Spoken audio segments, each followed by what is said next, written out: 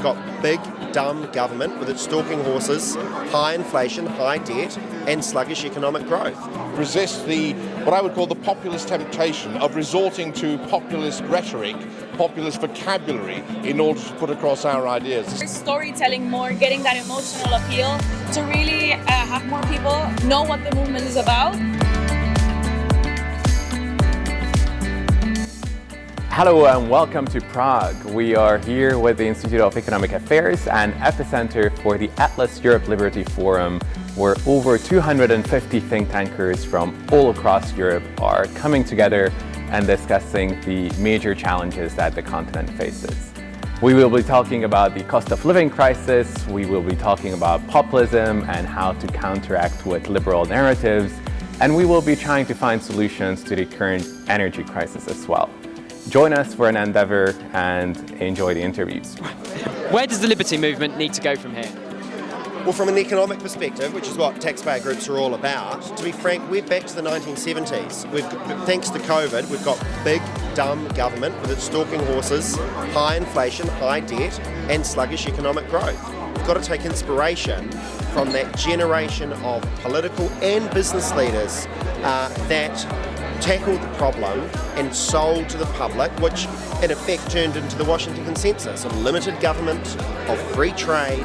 Otherwise, we're going to sleepwalk into an environment where the West no longer looks like the West, and we abandon the economic freedom model that has literally pulled billions out of poverty. I'm here with my colleague, the IEA's Head of Education, Steve Davis, who gave a talk this morning. Steve, what was your talk about? Tell us a little bit about it. It was about the threat that populism poses to free societies and the part that think tanks like ourselves can play in resisting that threat and in making the case for a free and liberal society. And where do you think the Liberty movement needs to go from here, given that message? I think two things primarily. The first is it needs to reassert and hold fast to underpinning liberal principles, and it should try avoid getting caught up in the everyday rush of politics, the political timetable and things of that sort. What we also need to do is to resist what I would call the populist temptation of resorting to populist rhetoric, populist vocabulary in order to put across our ideas. This is a big temptation given the way social media works, but it's one we should resist at almost any cost. I would say that we need to educate more. We have to rely on the younger generations because they are the future, and we can only change Europe if we think about them. Our messaging needs to really tell the story of people who have been affected, by governments inhibiting their freedom, their liberty, and we just really need to start storytelling more, getting that emotional appeal to really have more people know what the movement is about. What I'm gonna say might be a bit funny to hear for you, but first of all, it needs to stop being a movement, because the things we believe in, our values, should absolutely become common sense, right? It should be absolutely natural for governments to govern that way, for people to think that way. But before that happens, well, we have a change that needs to let that to happen. As we see a common trend around the countries and around the continent, like the rise of populism, the rise of socialist ideas and stuff, and so I think that we need to be more vocal and to articulate the ideas of free society and free trade, free movement and stuff. Excellent. More principles-based approach. I think we need to be more involved in informing public policy, because I'm starting to believe more and more that we have solutions for many of the problems that are troubling various countries in Europe that are unknown of.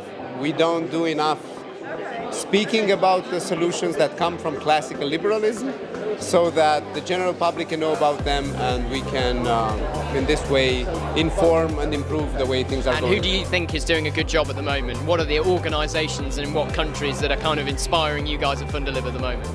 I could think about many of them, but if I would need to choose one particular one, I think the LFMI in Lithuania, it's one of the think tanks that always come top of mind when I am asked this kind of question, because they are really fantastic and they have been for many years, and I think that they are a real inspiration for all of us. Well, I founded the Taxpayers Union just on 10 years ago, and I have a mantra that I'm not at the bottom of the world to reinvent the wheel. I look at fantastic groups, the IEA, but the Taxpayers Alliance just down the road from you, the Canadian Taxpayers Federation, they do amazing work. And I love it when on occasion events like this, I get people say, we picked up your idea, and it goes the other way. That's the role of organisations like Atlas, because there is a camaraderie. It can, particularly in small countries, sometimes feel very alone, even for our organisation's got 18 staff, but it can feel that you're in a bit of a silo. It's that camaraderie, but also that exchange of best practice and inspiration. And there are a lot of organizations that are doing such a good job. But I guess my inspirations are like University of Europe, where I work in. It's really inspiring to me, but also Students for Liberty is doing such a good job. Well, the usual suspects are like IEA in London. Then Too kind. Oh, then Lithuanian Free Market Institute and a bunch of organizations around Europe who are really doing a good job in articulating the ideas of freedom and liberty. Recently, actually, I had the opportunity to see Leopoldo Lopez, who's a Venezuelan freedom activist. He was incarcerated for, I think it was 5 years in Venezuela for speaking against the Maduro regime. And right now he's exiled in Spain, living in Spain. And I'm really inspired by him because he really put his life literally at risk, his family's life, everything he knew completely on the line for our freedom, right? I was particularly inspired by the work that the Lithuanian Free Market Institute is doing with regard to immigration and migration. I thought that was both inspirational and extremely well done. And so I think that's a model that we should be looking to follow in the UK and elsewhere. Obviously inspired by the approach that has been taken by Epicenter in managing things so that we can bring together common interests and work on common topics that are either affecting European policy already or have a large chance of impacting European regulations in general in the future. What a week it has been in Prague. Some fantastic conversations, amazing people, and to top it all off, we have been incredibly lucky and privileged to receive the Atlas Europe Liberty Award for the Epicenter Inflation Project.